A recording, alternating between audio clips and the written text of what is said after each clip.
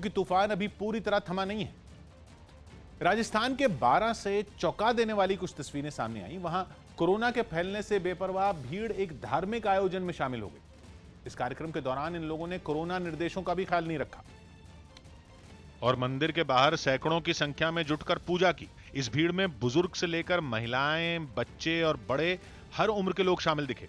आस्था में डूबे ये लोग एक दूसरे के इतने करीब खड़े दिखे जैसे महामारी का खतरा खत्म हो चुका हो। कोरोना निर्देशों को पूरी तरह नजरअंदाज करके धार्मिक आयोजन में जुटे इन लोगों में किसी ने भी मास्क लगाने तक की जहमत नहीं उठाई। बताया गया कि बाद में पुलिस ने इस मामले में 5 लोगों को गिरफ्तार कर लिया। सौभाग्य की बात है कि आस्था और पागलपन में बहुत अंतर होता है और महामारी के बीच भीड़ जुटाकर मंदिर में कोरोना भगाने की ऐसी पूजा करने की सलाह कौन समझदार इंसान देगा। इसलिए हमारे और पूरे देश की भलाई इसी में है कि संकट मिटाने के लिए देवी देवताओं को भी याद कर लें, लेकिन घर में ही रहकर याद करें।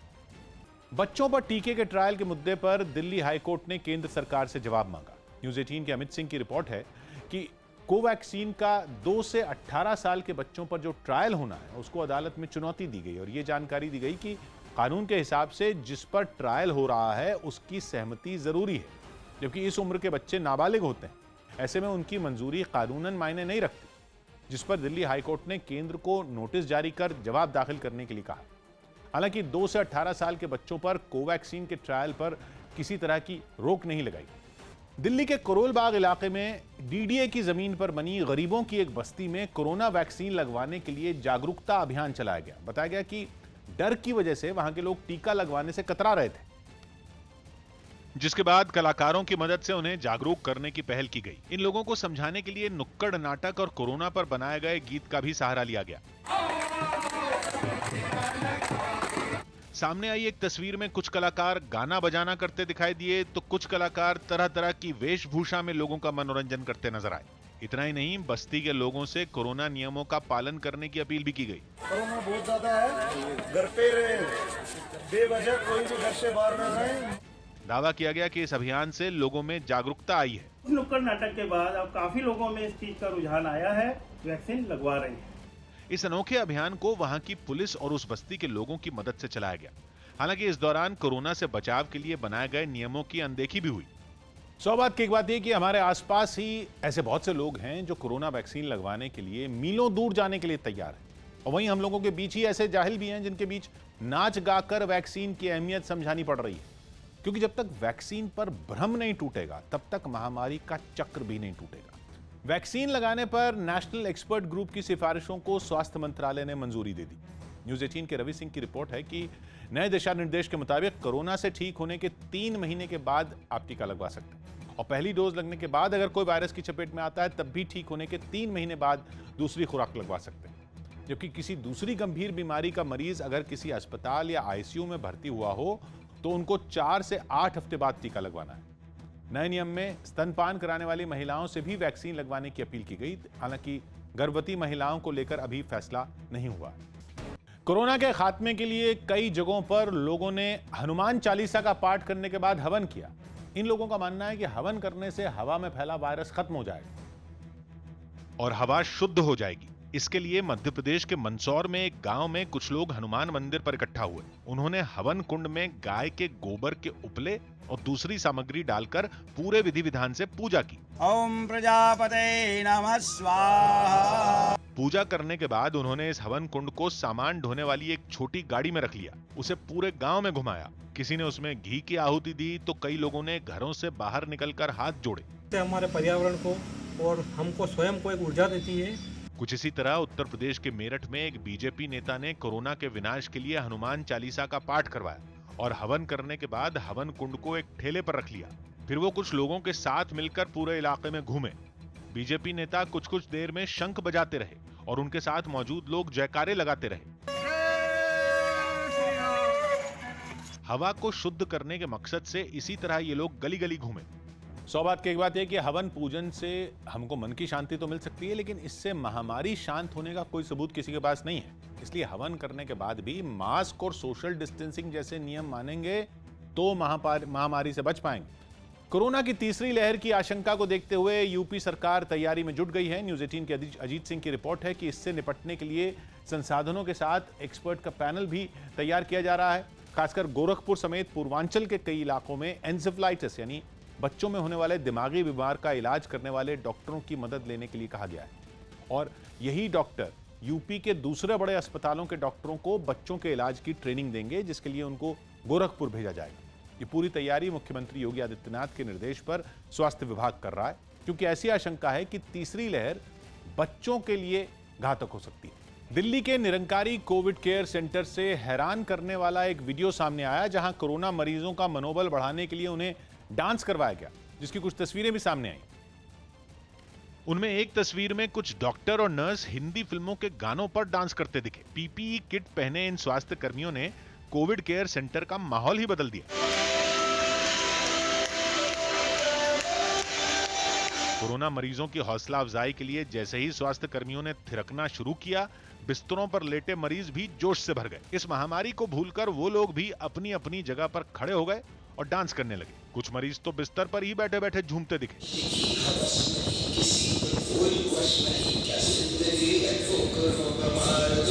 स्वास्थ्य कर्मियों की ये कोशिश रही कि मनोरंजन के इस तरीके से कोरोना मरीज अच्छा महसूस करें। बात की बात यह कि कोरोना के हल्के लक्षण वाले मरीजों को वायरस से ज्यादा उसका हवा बीमार कर रहा है, इसलिए डॉक्टर भी लोगों का ध्यान नाचने गाने या फिर पढ़ने लिखने में लगाने की कोशिश कर रहे हैं, क्योंकि महामारी के इलाज के साथ मन से उसका डर निकालना भी जरूरी है। खबर है कि केंद्र सरकार ने प्राइवेसी पॉलिसी मामले में व्हाट्सएप से कड़ा ऐतराज जताया है। न्यूज 18 के अमिताभ सिन्हा की रिपोर्ट है कि व्हाट्सएप को नोटिस भेजकर इस मामले में 7 दिन में जवाब देने के लिए कहा गया और यह चेतावनी दी गई कि अगर उसने अपनी ये पॉलिसी वापस नहीं ली तो आईटी मंत्रालय कार्रवाई भी कर सकता है। हालांकि व्हाट्सएप का दावा है कि उसने अपनी नई पॉलिसी 15 मई से आगे तक के लिए टाल दी है, लेकिन सरकार ने अपनी चिट्ठी में यह साफ कर दिया कि टालने से कुछ नहीं होगा, बल्कि वो अपनी नीति को बदले, क्योंकि जो नई प्राइवेसी पॉलिसी है उससे भारत के लोगों के डेटा की सुरक्षा, निजता का अधिकार और पसंद नापसंद को नुकसान पहुंचेगा। उत्तर प्रदेश में अवैध शराब के कारोबार के खिलाफ पुलिस ने कई जिलों में ताबड़तोड़ एक्शन किया। हाल ही में आजमगढ़ और बदायूं समेत कुछ जिलों में अवैध शराब के कहर से कई लोगों की जान चली गई थी, जिसके बाद से ही पुलिस ने पूरे राज्य में इसके खिलाफ अभियान तेज कर दिया। लखीमपुर खीरी जिले से जो तस्वीरें सामने आई, उनमें एक तस्वीर में पुलिस अवैध शराब की एक भट्टी को तोड़ती नजर आई। इसके साथ ही वहां रखी गई सैकड़ों लीटर अवैध शराब जमीन पर बहा दी गई। पुलिस के बड़े अधिकारियों ने भी इस कार्रवाई में जवानों की मदद की। वहीं अलग अलग जगहों पर छापेमारी कर इस धंधे से जुड़े 40 लोगों को गिरफ्तार कर लिया गया। 25 अवैध शराब भट्टियों के साथ 1250 लीटर अवैध शराब बरामद की है। शाहजहांपुर जिले में भी पुलिस ने इस अभियान को जारी रखा।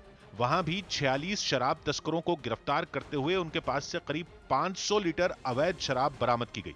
इसके साथ ही पुलिस ने शराब की कई भट्टियों को तोड़ दिया। कई दूसरे जिलों में भी ऐसी ही तस्वीरें देखने को मिली। बात की बात यह कि 1-2 दिन के छापे में अवैध शराब बनाने के आरोप में 4-4 दर्जन लोगों की गिरफ्तारी से ही साफ है कि गांव में कच्ची शराब के धंधे की जड़ें कितनी गहरी हैं और लगातार ऐसे अभियान चलाए बिना शराब के नाम पर जहर बनाने और बेचने का धंधा बंद नहीं होगा। टाउटे तूफान से मची तबाही के बीच एक नया तूफान दस्तक देने की तैयारी में है। न्यूज 18 के संदीप बोल की रिपोर्ट है कि बंगाल की खाड़ी में कम दबाव का क्षेत्र तैयार हो रहा है, जो अगले 3-4 दिन में बड़े तूफान में बदल सकता है और इस महीने की 25 से 27 तारीख के बीच पश्चिम बंगाल और ओडिशा से टकरा सकता है। इस तूफान को यास नाम दिया गया है, जो बांग्लादेश में भी काफी नुकसान पहुंचा सकता है। तूफान की इस चेतावनी के बाद कोस्ट गार्ड को अलर्ट कर दिया गया और मछुआरों को भी समुद्र में न जाने को कहा गया। बंगाल की खाड़ी में एक सिस्टम बोलते हैं उसको, वो डेवलप होने की संभावनाएं हैं। एक लो प्रेशर जो 22-23 तारीख तक डेवलप हो सकता है और आगे बढ़कर वो एक तूफान में बदल सकता है। टाउटी तूफान के आने के बाद से अरब सागर में फंसे कर्मचारियों को सुरक्षित निकालकर आईएनएस कोच्चि मुंबई पहुंच गया। आईएनएस कोच्चि के जरिए समुद्र से 185 लोगों को सुरक्षित बचाया गया, जिनमें कुछ कर्मचारियों को चोटें भी आईं। समुद्र में आए तूफान के बाद जहाज में खराबी आने की वजह से सैकड़ों कर्मचारियों को जान बचाने के लिए समुद्र में कूदना पड़ा था। बारिश डूबने लगा, हम लोग कूद के भागे।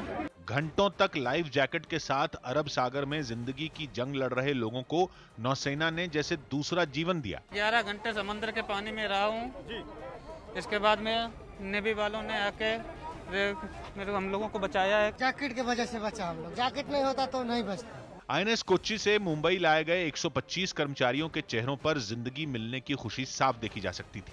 कर्मचारियों को जहाज से उतरने के फौरन बाद मास्क और खाने का सामान देकर एक बस में बिठा दिया गया।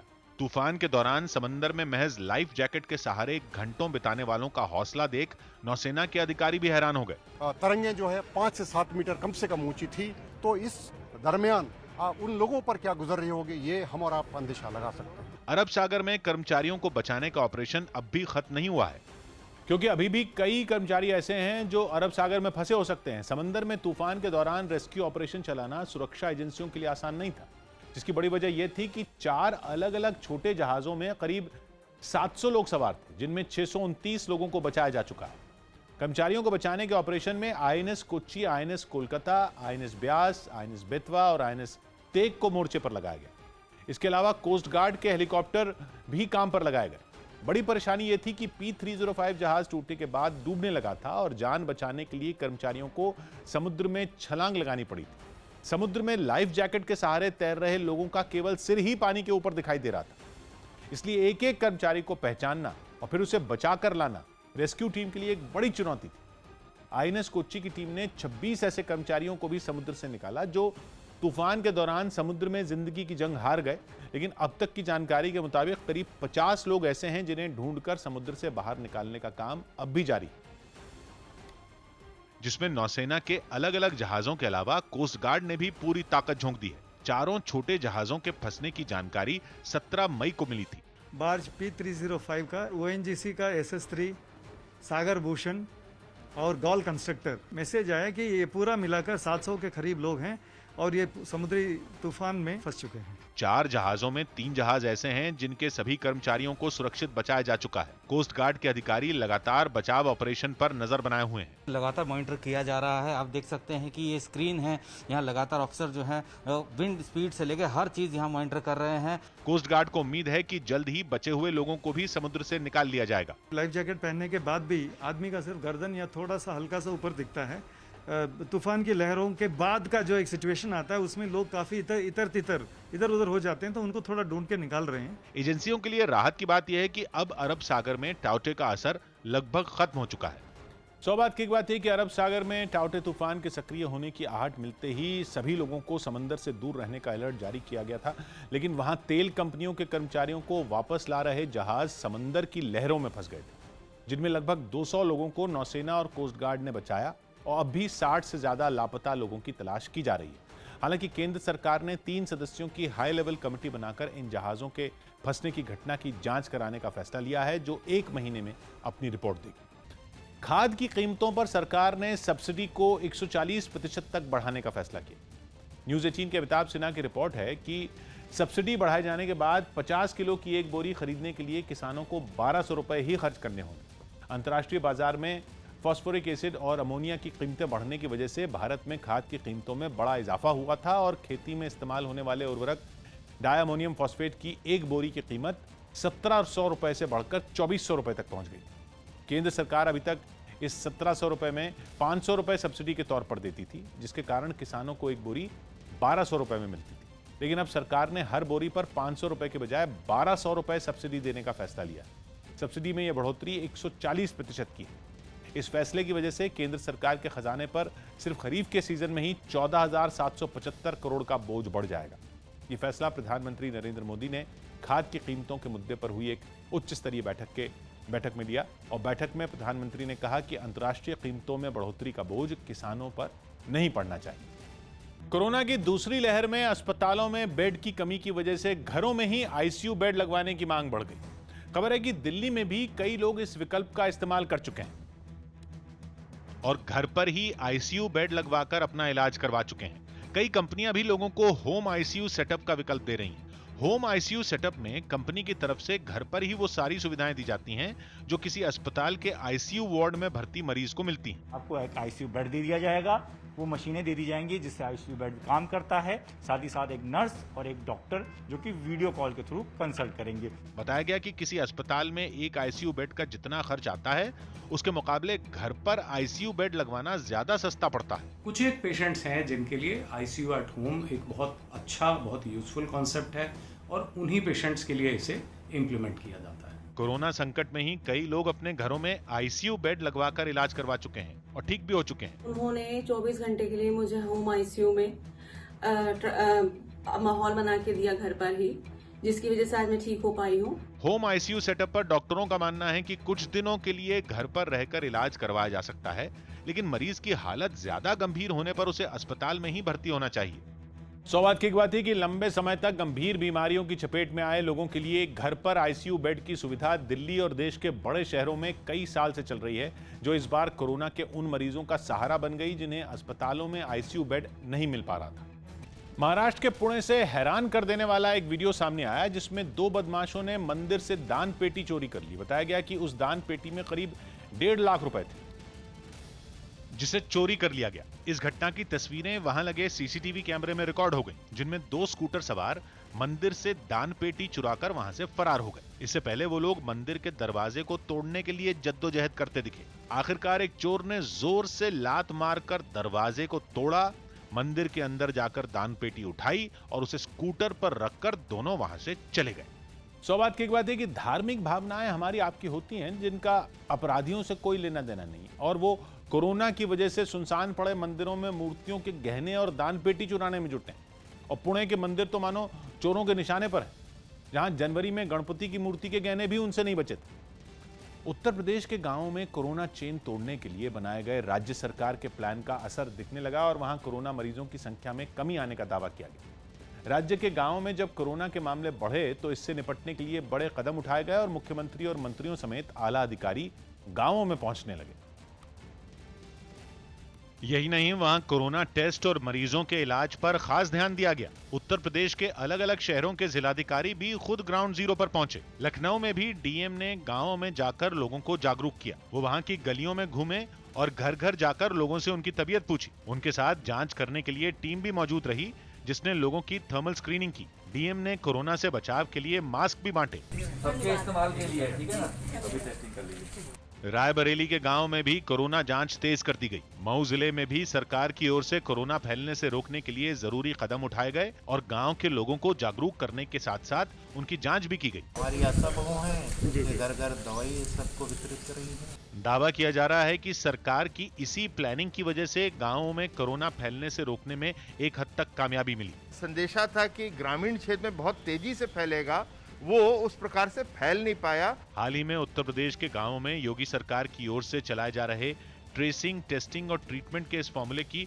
WHO ने तारीफ भी की थी, क्योंकि इस प्लानिंग के तहत अलग अलग गांवों में घूमकर करोड़ों लोगों का टेस्ट किया गया और जरूरतमंदों को समय पर इलाज मिला। दावा किया गया कि उत्तर प्रदेश में करीब 4.5 करोड़ लोगों का कोरोना टेस्ट हुआ, जिनमें करीब 2.5 करोड़ लोग ग्रामीण क्षेत्रों के। यही नहीं, दावा है कि राज्य के गांवों में रोजाना 1 लाख लोगों का टेस्ट किया जा रहा है। साथ ही सरकार की ओर से लोगों को जागरूक करने और उन्हें दवा और मास्क जैसी चीजें मुहैया करवाने के लिए 70,000 से ज्यादा निगरानी समितियां बनाई गई, जिनमें आशा और आंगनबाड़ी कार्यकर्ता होती हैं, जो गांव-गांव घूमकर लोगों की जांच करती हैं और उन्हें मेडिकल किट देती हैं। इसके अलावा गांव की गलियों और ऐसे इलाके जहां पहुंचना मुश्किल है, वहां जाने के लिए चेतक टीमें बनाई गई हैं, जिनमें शामिल लोग मोटरसाइकिल पर बैठकर ग्रामीण क्षेत्रों में पहुंचते हैं। सौभाग्य की एक बात है कि यूपी में 3/4 से ज्यादा आबादी गांवों में रहती है और गांवों में कोरोना की दस्तक ने दहशत मचा दी, जिसके बाद यूपी सरकार ने गांवों में टेस्टिंग बढ़ाई, जिसका असर भी दिखा और अब सरकार का दावा है कि यूपी में कोरोना के नए मरीजों की दर देश के औसत से आधी हो गई है और ठीक होने वालों की दर 90% के पार है। पटना की एक छात्रा ने स्वास्थ्य कर्मियों को कोरोना से बचाने के लिए खास तरह का रोबोट बनाया। कोरोना मरीजों के करीब रहने की वजह से डॉक्टरों और नर्सों के इस वायरस की चपेट में आने का खतरा सबसे ज्यादा होता है।